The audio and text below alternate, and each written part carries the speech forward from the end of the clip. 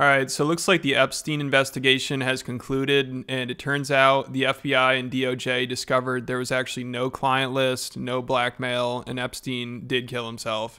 You know, it turns out Ghislaine Maxwell's in jail for trafficking minors to nobody. That seriously is what the government wants us to believe, which I don't think a single person does. Nobody trusts this investigation. Like, this was the biggest joke ever. I mean, they literally just treated this whole thing like a joke. Like, if you remember in the beginning of the year, they did that whole binder stunt, and I guess they just hope people are dumb enough to accept that. You know, they handed out already public information in a binder, and they gave them to a bunch of influencers to do a photo shoot with them, which I still cringe looking at. Like, this was so embarrassing. I don't know if these people involved will ever live this down.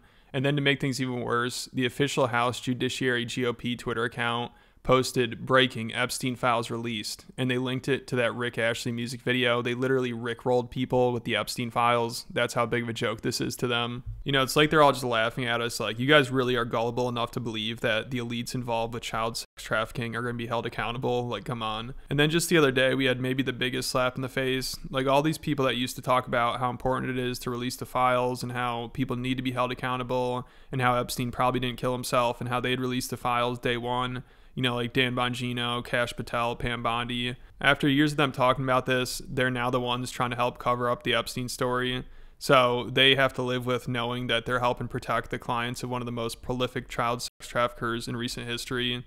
And I knew we would never get the list from this administration, but for them to conclude the investigation basically by saying there's nothing to see here, let's move on from it, is just wild. You know, I thought they'd just try to drag it on for 4 years and hope people would forget about it. But instead they use this as an opportunity to try to cover for everyone involved. So of course people haven't been handling this very well. Like Alex Jones, he literally started puking and crying from this. So now by coming in and being part of the cover-up, the Trump administration has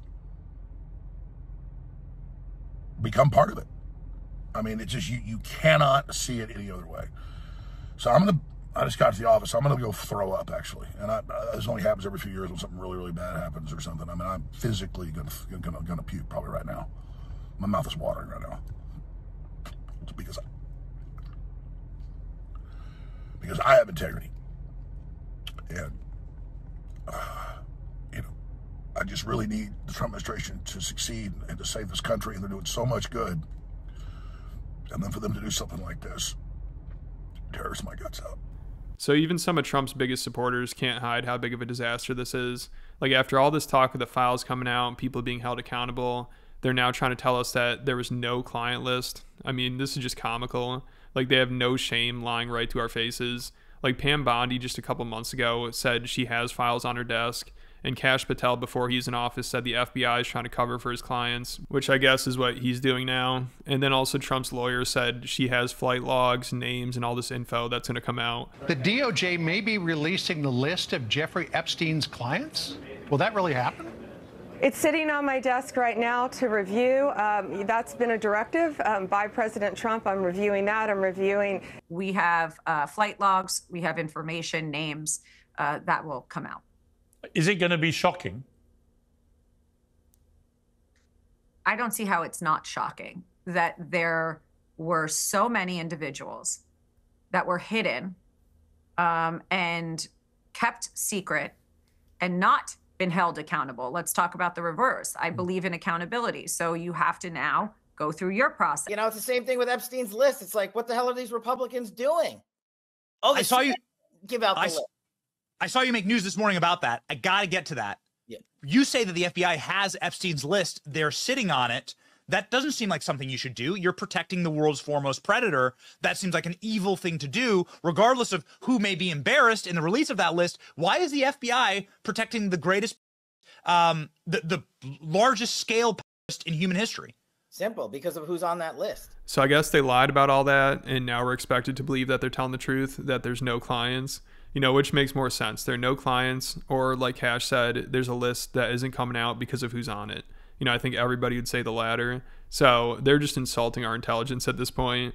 And all Kash can say now is, don't you guys trust me? You know, if I had info on this, don't you think I'd release it? But no, I don't think anybody trusts him. Like, also when he was on Rogan, he said he's going to release what he can because he doesn't want to re-victimize Epstein's victims, which is just insulting to the victims because they want all the information out there. They want people held accountable. So he's now just straight up protecting Epstein's clients. Again, we're going to give you everything we can. And people have to remember, we're not going to re-victimize women. We're not going to put that shit back out there. It's not happening, because then he wins. Not doing it. You want to hate me for it? Fine. Again, logical play out. If there was a video of some guy or gal committing felonies on an island and I'm in charge, don't you think you'd see it? If you have access to it. If I have it, period. Right. If I have it, we will give you everything we can, and then we will have done our job. Also, if I had a shred, me, Kash Patel, had a shred of evidence, the Russiagate guy, the Jan 6 guy, the COVID origins guy, had a shred of evidence that this guy was murdered, I would be the first guy to bring this case hard and fast. And I would even doing press conferences every week on it. Mm-hmm. The first guy. And the footage that they released that they claimed would prove that Epstein killed himself is just some footage of outside of these 2 cells that aren't even his. His is like way in the background. You can't really see it. So I don't know what this proves. And the footage randomly jumps ahead a minute, so it's missing a part, which is funny because also during this podcast, Kash is like, we really got to take our time with this and make sure there's nothing missing, because even if 4 seconds are missing, people point at that as being suspicious. We're reviewing not just the video, we're reviewing everything as meticulously as we can, because that's what we owe the American people. That's our job. And I don't want to rush to the sticks or the podium and just say, hey, look what we found. Right. And then be like, oh, sorry, I forgot the 4 seconds. If we miss 4 seconds, they'll be like, oh, well, it's in the 4 seconds you missed. Right. And this is so much of a shit show, it almost feels deliberate. I mean, obviously nobody's going to buy any of this bullshit. And now Dan Bongino, Kash Patel, Pam Bondi, they're all destroying their credibility. I guess just to help cover for Trump and Israeli intelligence. It's crazy they all went from being like, we can't stop talking about this, we need people held accountable, to being like, guys, get over it, move on already, enough with the conspiracy theories. It's funny, JD Vance, he had this tweet from 2021 where he's like, remember, we learned that our wealthiest and most powerful people were connected to a guy who ran a literal child sex trafficking ring. And then that guy died mysteriously in a jail, and now we just don't talk about it.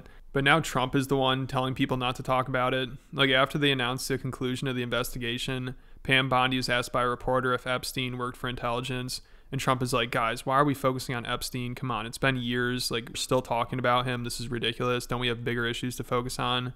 Which is wild to say right after they make this huge announcement about it. Like, of course, people are going to have some follow-up questions. But now Trump is the one that wants us to move on from it and forget about it, which is obviously really suspicious because, Trump is good friends with Epstein, and Elon Musk said he was in the files, and now Elon just said Steve Bannon is in the files as well, and he's obviously just having a field day with all this. But also, just this whole investigation made things even more confusing and fueled more conspiracy theories about it. Like, they said they had a list, now they don't have a list. They wanted people held accountable, now they don't want people talking about it. And they haven't cleared anything up and only made people even more suspicious after this investigation. And now apparently you can't even ask questions about the investigation. So this is not a good look. Alex Costa, he allegedly said that he did work for an intelligence agency. So could you resolve whether or not he did? And also, could you say why there was a minute missing from the jailhouse tape on the night of the stabbing? Yeah, sure. Hey, Pam, could I just interrupt for 1 second? Are you still talking about Jeffrey Epstein? This guy's been talked about for years. You're asking, we have Texas, we have this, we have all of the things.